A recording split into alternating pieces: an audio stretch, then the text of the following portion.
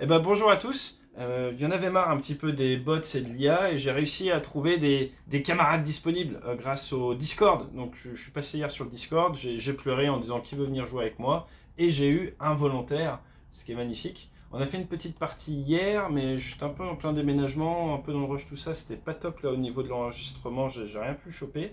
Là, normalement, ça fonctionne. Est-ce que tu nous entends, invité mystère? Ouais, j'entends Il 5 nous sur entend 5. 5 sur 5, ce qui est génial. Et qu'est-ce que tu nous as mis de beau comme vol? Là, on est en vol. Moi, je me suis mis dans l'avion. Et est-ce que tu peux monter dans ton avion et te présenter pendant que moi, je fais mon petit fencing tranquillement? Ok, donc ça fait quelques temps que je fais que du combat canon, hein, essentiellement. Un peu d'hier. Euh, j'ai un passif sur BMS. J'ai quelques années. Bon, après, je fais une longue coupure sur les simus et je suis revenu il y a à peu près un an. Attends, on va se représenter. On Continue au approche de cap et plus. puis on va faire demi-tour après ta présentation si tu veux. Donc, Ok, du coup, ça fait combien d'années que je tu fais pense. de la simulation de vol? Ah, ça fait un paquet Ça fait d'années. un paquet d'années. Ok, ce qu'on va faire, c'est on va continuer encore un tout petit peu au cap paquet d'années, excellent. Et les gens ont peut-être reconnu ta voix, on sait jamais. Et donc là, l'idée, c'est, tu nous as mis un petit vol, 15 000 pieds, on va faire demi-tour. Donc on fait chacun demi-tour, on se refait face. On va se Ouais, mettre à hard 15 000 deck. pieds, un Ouais, on débossé. va se mettre à hard deck à 10 000 pieds. Pourquoi? Parce que de ce que j'ai vu hier en termes de géométrie là, avec les gamers DCS, en fait, on n'est pas du tout dans des flows réalistes comme quand j'ai volé avec Grolin, parce que ça tourne à du 5, 6, 7G pendant des minutes entières, ce qui n'est pas du tout ce qu'on fait dans la vraie vie. Et ça a tendance à du coup rendre le combat pas très intéressant parce que ça tourne pendant des plombes et à, et à pas être réaliste en termes de géométrie, et bref, à pas être comme ça dans la vraie vie. Donc là, je suis en train d'essayer de faire un peu du test and learn, d'essayer de trouver comment on pourrait mettre des cuffs, comme on dit, des training rules, qui... je fais demi-tour, hein, fais demi-tour, qu'on se représente en face à face, Ok. qui nous permettrait en fait de retrouver des géométries qui soient sympas et qui nous permettraient également d'avoir des flows qui soient sympas à regarder, courts, efficaces, rapides, de manière à pouvoir faire des compètes derrière qui finiraient en présentiel. Mais je sais, j'ai des cockpits de F18, tout ça, qui pourraient être super sympas. Donc là, on va tester aujourd'hui. La seule règle, c'est pas de tir pré-merge. Ensuite, on est sur du pas de tir pré-merge. Et ensuite, nous sommes sur du canon seulement. Alors attends, j'ai mon truc qui gueule. On est sur du canon seulement et règle à 10 000 pieds. Donc si on est en dessous de 10 000 pieds, on est mort. C'est simple. Donc on va voir un peu comment ça fonctionne. Ça te va? Parfait. C'est parti. Donc du coup, on va faire ça. Et puis donc là, tout le monde s'entend. Moi, je vais commenter un petit peu en direct. Comme ça va être sympa. Et donc là, on voit qu'on va croiser assez bas. Donc faut faire attention à ça. On n'a pas les étiquettes. On a par contre on a gardé les vues extérieures. Moi, là, je suis pas encore en VR ni en track hier. J'ai essayé un petit peu de faire tout au chapeau chinois, mais je peux pas assez tourner la tête, ce qui est pas réaliste et ce qui gêne beaucoup. Moi, ce que je trouve difficile, là, c'est la présence de l'arceau. L'arceau verrière qui je trouve vraiment très très compliqué. Dans la vraie vie, on peut bouger la tête comme ça. Là, on peut pas. Et donc voilà. Donc le gros piège, ça va être quoi? Ça va être la vitesse. Et le fait qu'à 10 000 pieds, l'avion ne se comporte pas de la même manière qu'au sol. Donc ça va jouer sur la capacité des aéronefs à accélérer.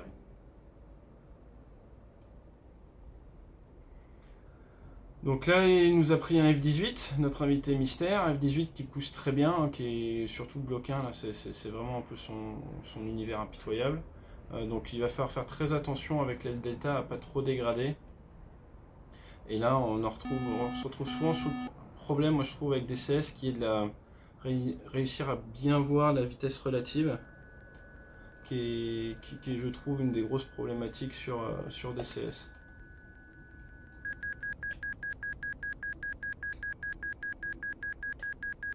Alors l'autre problème, c'est au niveau du ressenti, au niveau du manche. Quand on bouge la tête comme ça et qu'on voit plus sa vitesse, et on n'a pas de viseur de casque sur 2000, eh bien c'est assez difficile des fois de juger du jet tout ça, donc il faut faire attention à ça. Ce qui fait qu'on a tendance, moi je trouve, à trop dégrader.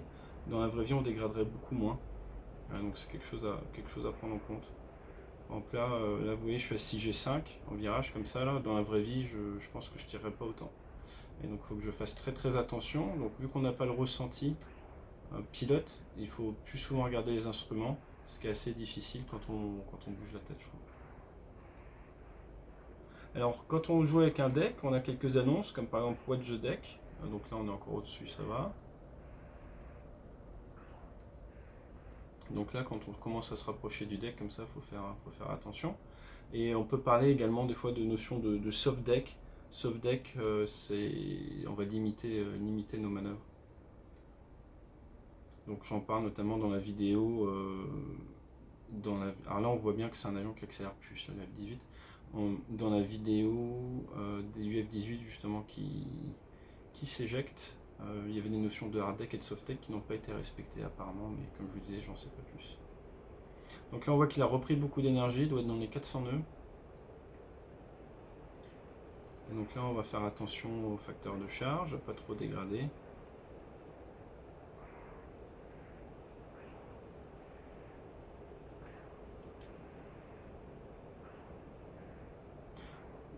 Donc vous voyez, on est sur du 3, 4G. Donc si on était à basse altitude, on serait plus sur du 6G, 7G. Ah, essayer d'épuiser ton énergie. Donc là, ce qu'on voit aussi, c'est que le 18 accélère vachement plus. Hein. J'arrive pas. Je suis ce qu'on appelle Machno. Donc Machno, ça veut dire qu'on n'arrive pas à rattraper l'autre. Il faut jouer un peu sur la géométrie pour essayer de récupérer. De manière générale, les avions français, on a d'excellentes commandes de vol, mais on a des moteurs qui sont pas assez puissants. C'est pas mal. Là où les Américains ont souvent des très bons moteurs, les Russes aussi. Alors je dis pas que les moteurs sont pas bons, juste qu'ils sont moins puissants. Et par contre, en termes de commande de vol, ça n'a rien à voir.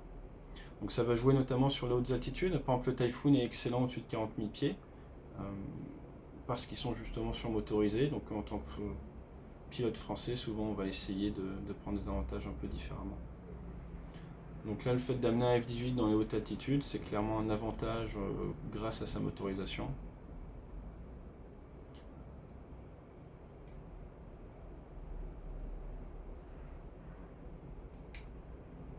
Après, quand vous êtes en combat, comme ça, il y a une vraie gestion du pétrole à avoir également, parce que c'est pour ça aussi, des fois, d'avoir des gros avions, c'est pratique. Parce qu'au bout d'un moment, quand votre adversaire a plus de pétrole, il a plus de pétrole, quoi. Après, le fait de beaucoup manœuvrer comme ça, vous traînez. On va essayer de se pousser devant lui. Le fait de beaucoup manœuvrer comme ça, vous créez de la traînée. Donc si vous êtes poursuivi par quelqu'un et que vous manœuvrez gauche, droite, forcément, même si vous avez un avion qui est plus puissant à la base, ça va vous poser des soucis en termes de traînée, et du coup, vous allez au fur et à mesure laisser un peu de place. Tu veux qu'on se remet en vol? Attends, je vais prendre un autre. Yes. Tu me dis quand tu es prêt? Je suis prêt. Tu m'entends? Go. Ok, go. Donc là, on va être en présentation face à face, parfait. Donc là, on est en présentation face à face. Qu'est-ce qu'on peut apprendre sur le combat précédent? Sur le combat précédent, on peut apprendre qu'il ne faut pas avoir trop peur des 10 000 pieds non plus. Il ne faut pas hésiter à bien utiliser sa place verticale. En termes de manœuvre des aéronefs, ça me paraît plus cohérent parce qu'en termes de G, ben voilà, on est beaucoup plus souple, il faut faire attention. Donc je pense que mettre des hard decks à 10 000, c'est pas mal. Après, amener un adversaire à être haute altitude, c'est bien. Mais voilà, quand vous avez quelqu'un dans vos 6 heures, c'est pas que c'est très compliqué, c'est que c'est ultra compliqué. Donc il faut faire très attention à ça. Donc là, ça merge. Le F-18 décide de partir plutôt dans le plan. Alors l'avantage de faire ça initialement, c'est en termes de gestion de l'énergie et de gestion de la vitesse.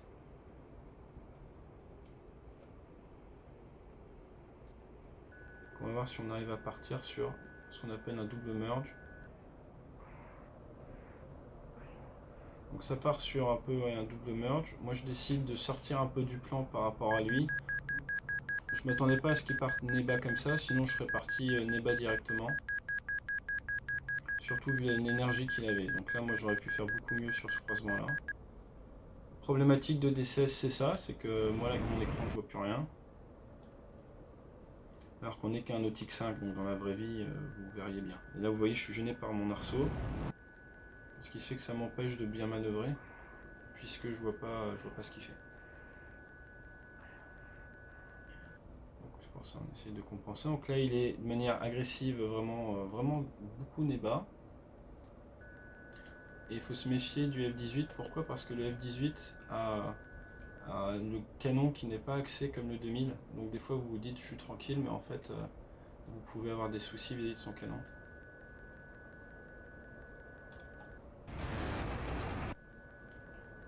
Voilà, donc là, c'est un peu le problème de base.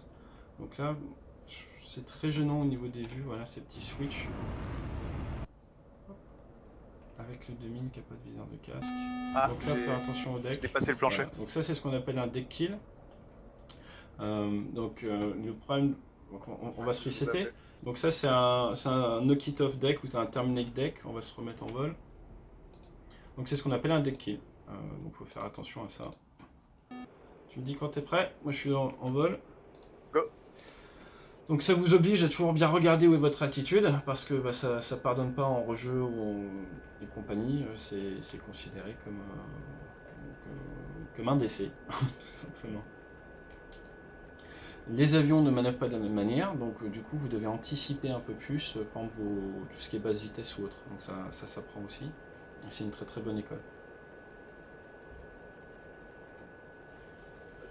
On a tendance à se concentrer sur l'adversaire. Ouais, c'est ça, mais du coup c'est un peu pareil au niveau de l'énergie, au niveau de la vitesse, il faut faire attention à ça.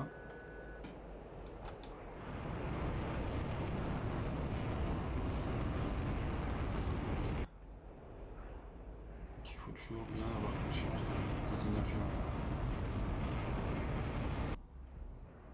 jeu. Alors là c'est simple, je vois quasi pas. Je vois absolument rien je trouve.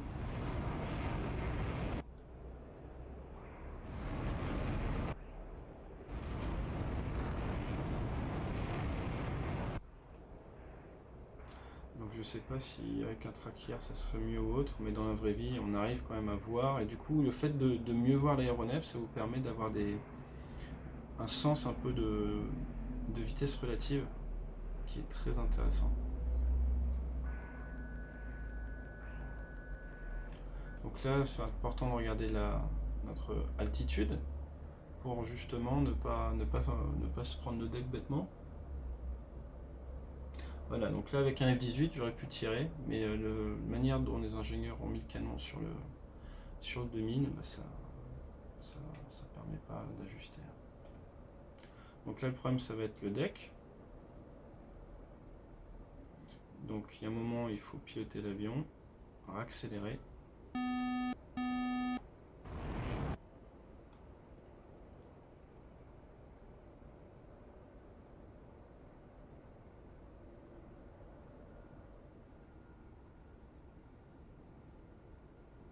Donc là j'essaye de me placer un peu de manière géométrique, je vérifie que j'ai bien toujours la PC, j'ai toujours du pétrole, l'avion accélère et j'autorise en fait cette perte d'angle. Pourquoi? Parce qu'il y a un moment il faut quand même accélérer. Donc même si ça me coûte de l'angle. Et donc là on se retrouve un peu comme ce qui se faisait voilà, avec du fort facteur de charge au deck, mais on est quand même dans des choses qui sont beaucoup plus humaines. Vous voyez on est à 4G5. Donc ça dans la vraie vie ça pose pas de soucis. Donc on est avec des performances des aéronefs qui sont beaucoup plus logiques par rapport à la réalité. Donc là vous voyez encore une fois l'arceau verrière qu'on n'a pas hein, sur un F22 ou sur un F16, bah, vous voyez pourquoi il n'y en a pas. Parce que bah, c'est pas pratique. Donc là j'ai récupéré de la hauteur, donc du coup en récupérant de l'altitude on peut rejouer avec. Et vous voyez je suis encore gêné par mon arceau. Voilà, donc là sans l'arceau j'aurais peut-être pu faire quelque chose d'intéressant. Faire attention au souffle. Et naturellement, c'est assez exponentiel. Plus il perd de vitesse, plus il va vouloir augmenter sa perte de vitesse, l'avion, donc il faut faire très attention à ça. Allez, on accélère. Attention au deck. Et donc là en fait ça va être une succession de ça tourne, je réaccélère, j'essaie de monter. J'essaie de placer du yo-yo, je dégrade pour essayer d'avoir une opportunité de tir et on recommence. Donc là ça se joue souvent au pétrole, il faut garder un œil sur le pétrole. Et là bah, je sens que je vois absolument rien avec mon écran. C'est dommage, je trouve.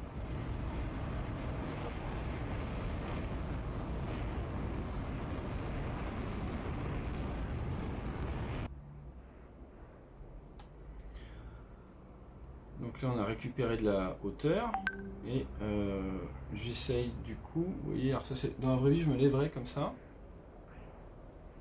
Et là je vois que ça va être compliqué, donc j'essaye de raccélérer et de manger un petit peu sa trajectoire, de faire ce qu'on appelle du lead.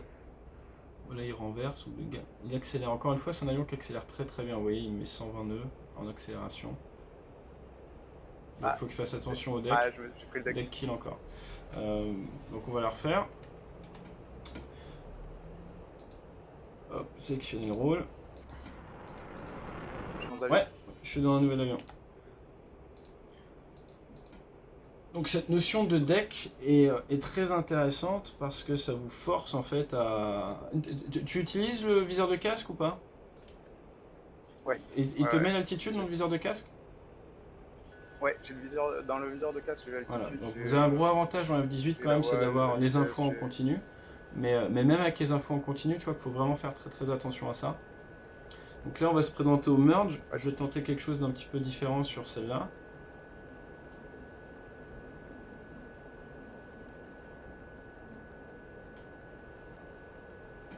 Donc là je vois que ça part sur la droite de son côté.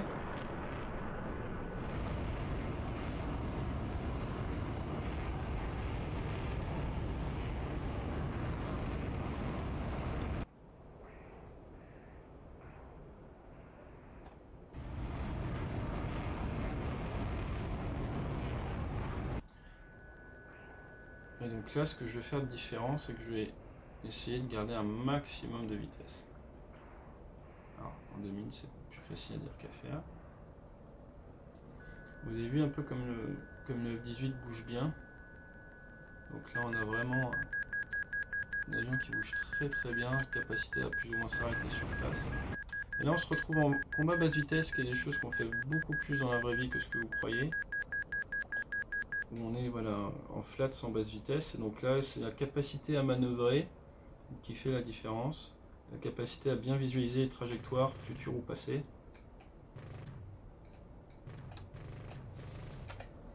L'autorité au manche, là je manquais un peu de palonnier, c'est dommage.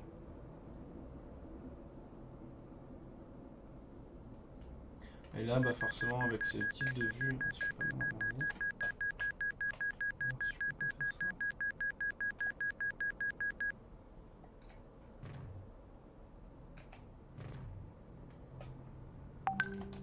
Alors désolé, j'ai WhatsApp en fond et je sais pas qui me harcèle.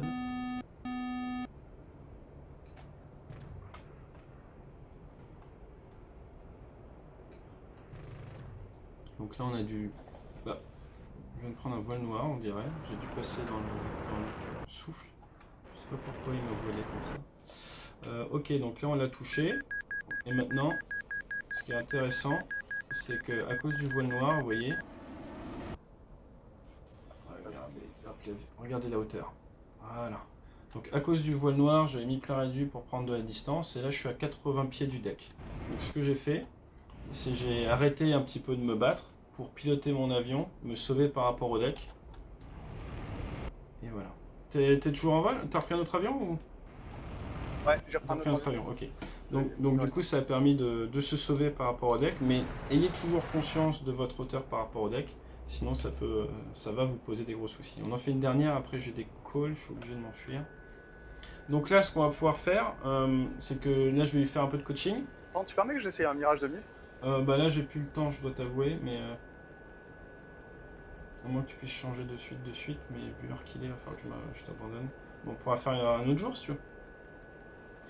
Moi je trouve le F18 est top hein, en combat, mais après si tu veux faire du 2000, ouais, on peut faire le même type contre le même type. Là, pourquoi tu pars pas vertical? Pourquoi tu fais ce petit détour initialement? En fait, je te fais pas je le fais pas dans le temps, hein, je suis en oblique. Ouais, mais pourquoi tu fais de l'oblique? Il n'y a rien de pire pour des commandes de vol électriques. Commandes de vol électriques, faut les aider, donc enfin, l'oblique c'est généralement la pire solution. Donc là, ce qu'on voit, c'est qu'il est comme ça. Avant de mettre le nez bas, il faut quand même vérifier un petit peu notre hauteur. Qu'est-ce qui me fait une hauteur?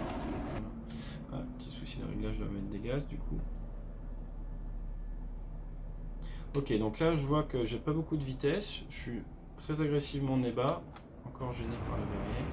Et là, il va falloir que je fasse attention à ma hauteur. Donc là, on voit qu'il n'utilise pas vraiment le plan vertical comme il pourrait. Tu vois, tu as de l'eau sous la quille, il faut pas utiliser l'eau sous la quille, parce que sinon, moi, je l'utilise. Et donc là, du coup, moi, je vais manœuvrer pour venir me placer de manière géométrique dans quelque chose qui m'intéresse. Et là, je vais relâcher la pression. Je vais relâcher la pression pour accélérer, refaire de l'énergie. J'ai bien abaissé. Et là maintenant, ça m'a permis de me retrouver dans une position très confortable derrière lui, avec une énergie correcte. Donc là, je vais unloader un petit peu, prendre les 330 nœuds. Voilà. Et donc maintenant, on n'est pas loin du deck, j'ai encore un tout petit peu de marge, aux bonnes vitesses, mais c'est surtout que maintenant, d'un point de vue turn radius, tout ce qu'on veut, à 5G, il faut être un peu patient. Alors moi, j'ai un petit peu horreur de ce genre de combat. Donc du coup, ce que je fais, c'est j'en profite pour monter également et recréer de l'énergie un peu différemment. Comme ça, je vais à la fois avoir de l'énergie cinétique avec ma vitesse, mais également de l'énergie potentielle de pesanteur. Parce que si on reste au deck bêtement, on s'ouvre pas beaucoup de possibilités. Donc le fait de remonter comme ça, gentiment, ça va nous permettre à un moment de changer un peu le type de combat. Parce que dans la vraie vie, il y a du pétrole, il y a plein de choses à prendre en compte. Donc là, il tourne comme ça, ce qui est intéressant. Et donc là, je vais faire quelque chose d'un petit peu original.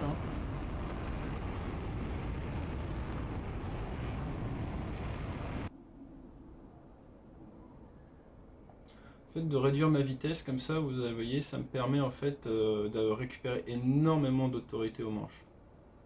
Donc là, je récupère comme ça énorme. Alors il saute un peu, ma connexion a l'air pas terrible. Et là maintenant, il me laisse 7000 pieds pour jouer. Donc là, moi je viens réutiliser cette énergie potentielle de pesanteur pour accélérer après lui avoir pris de l'angle en fait.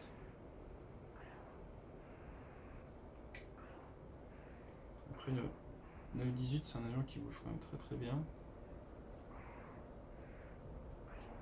Et là, je sais pas trop quelle altitude à 10 000 pieds il me faut pour faire une demi-boucle. Donc là, faut qu'on fasse. Là, je peux lui mettre un petit watch the deck. Tu dois pas être loin du deck.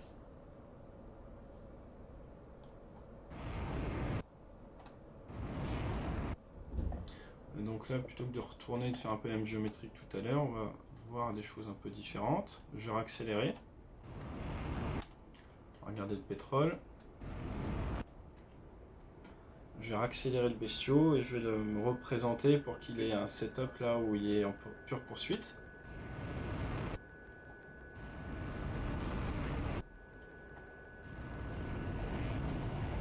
Donc là on est sur un setup où il est en pure poursuite par rapport à moi.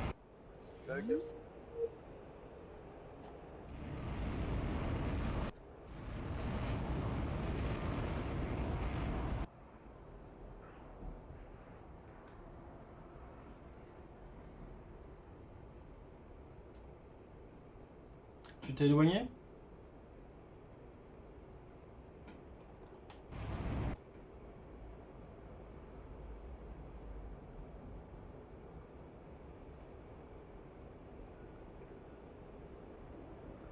Et donc là on vient prendre du facteur de charge pour pouvoir venir s'aligner. Ce que je veux, c'est aligner un peu les fuselages. Maintenant je ne veux pas le faire au prix de trop d'énergie parce que lui a beaucoup de vitesse. Donc là je suis en poursuite par rapport à lui. Mais vous voyez il a beaucoup de vitesse.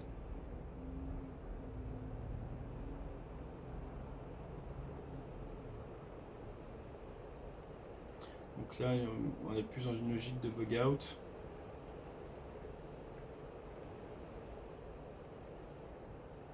Là il revient. S'il avait continué un petit peu comme ça, ce que j'aurais fait, c'est moi j'aurais commencé à monter, réduire ma vitesse, monter, le laisser s'éloigner, m'assurer qu'il s'en va.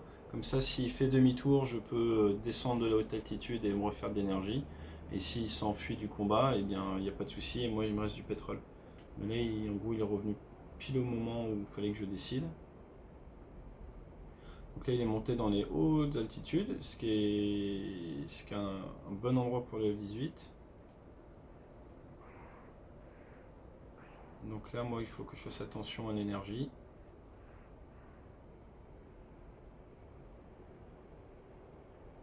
Et donc là, je viens creuser un petit peu par rapport à lui pour essayer de prendre de l'énergie. Et vous voyez, encore une fois, je sais pas comment ça rend chez vous, mais c'est peut-être les réglages de chez moi, mais je trouve que les distances perçues, en fait, les avions sont trop petits. C'est pas grave, on s'adapte. Hein. Donc voilà, donc là, on sait qu'il nous reste 13 000 pieds à jouer. Donc on va essayer de se rapprocher gentiment.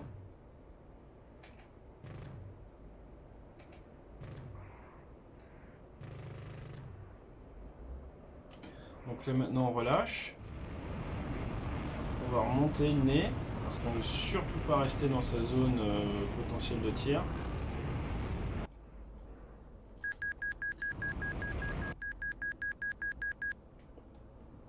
Et on va essayer de l'accompagner vers le terrain. Tu peux retourner vers le terrain, te poser ou pas? Comment? Tu peux essayer de te poser sur le terrain qui est derrière. L'avion est contrôlable. C'est ton micro qui coupe.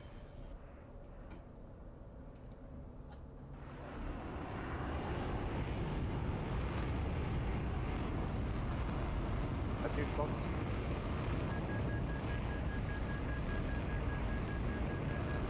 Tu vois le terrain qui est derrière nous là? Ouais. Tu vas essayer d'y ramener l'avion.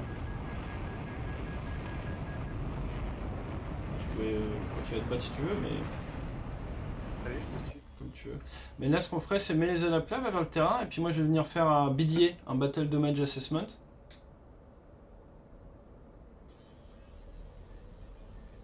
Ah, attends, je vais mettre en palier.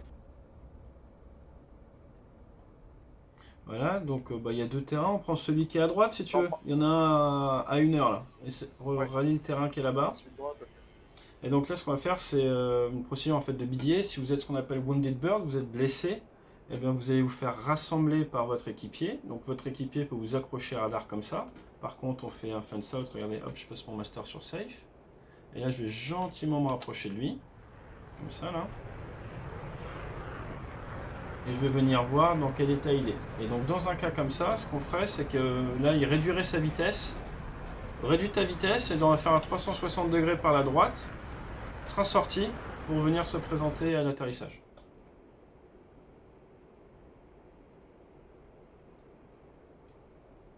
Donc là, on est assez haut, on est à 8000 pieds. Donc il va faire un 360 degrés par la droite. Train sorti, voilà. La sortie des AF également.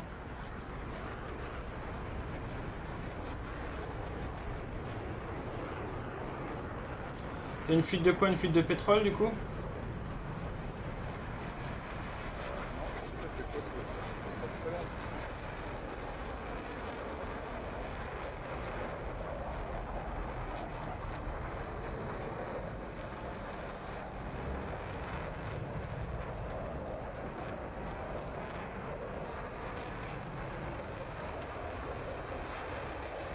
Et donc là, quand vous accompagnez quelqu'un comme ça, alors je suis un peu avec les vues là.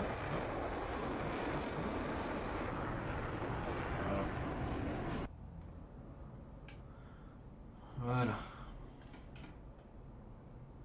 Je peux. T'as quelle vitesse là? Voilà, donc je vais arrêter là. Mais de manière générale, quand vous faites accompagner, le but du jeu c'est d'être stable, d'être ce qu'on appelle une plateforme stable, donc de prendre une vitesse après et de s'y tenir. Là, dans un cas comme le tien, je pense que tu peux rentrer les AF, ça ne te sert à rien d'avoir les AF sortis.